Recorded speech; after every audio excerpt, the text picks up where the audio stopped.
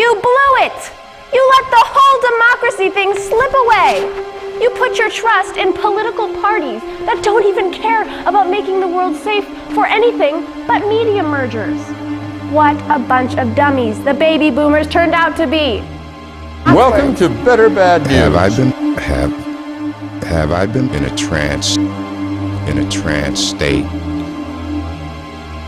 of some kind? Somehow, we must break the media trance that has locked so many Americans into a false but parallel universe. And now this.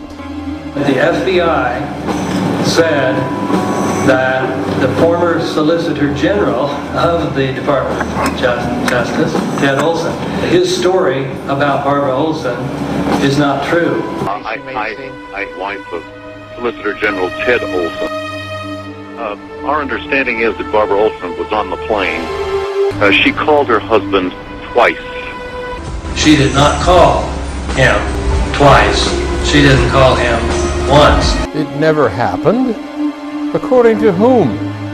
In 2006, the FBI turned in a report at the Moussaoui trial on all the phone calls from all 4 flights. And when they got to Flight 77, and they got to Barbara Olson, they said, 1 attempted call, unconnected, 0 seconds. Now this is pretty astounding. FBI says former Solicitor General either lied or he was duped. That his story about Barbara Olson is not true. But if that conversation didn't really happen, well, what about all the other conversations we've been told about? If Barbara Olson didn't talk to her husband on her cell phone, that would be a very big news story. That's a huge story, dude.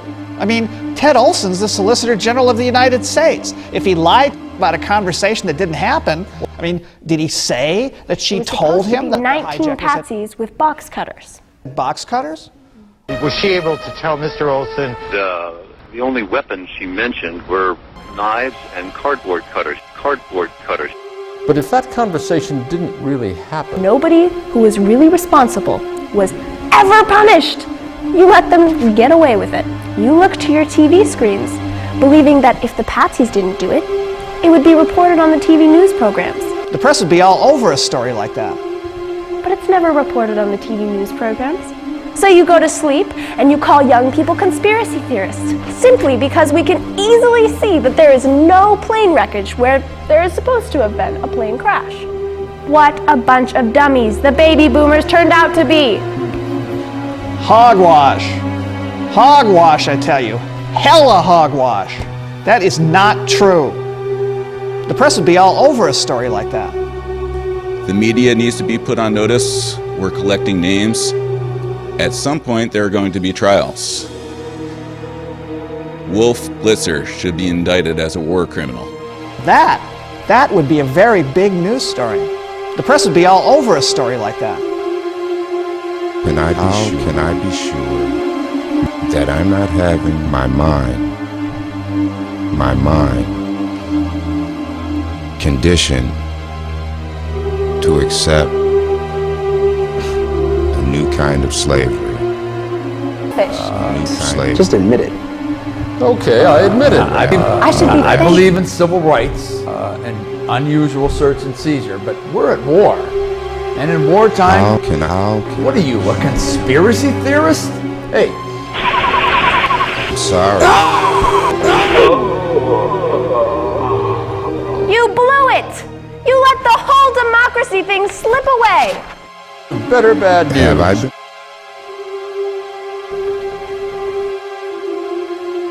That's what happened. She was on Flight 77, right? We are not communicating. It never happened. I heard an entirely different story. There was no phone call from Barbara Olson to her husband, Ted. I heard that she called her husband on her cell phone and told him about the hijackers. She said they had box cutters and that's how they were able to hijack the planes. But if there wasn't any box cutters, what is going down with the body searches? If that's all not true anymore, why am I still being frisked at airports?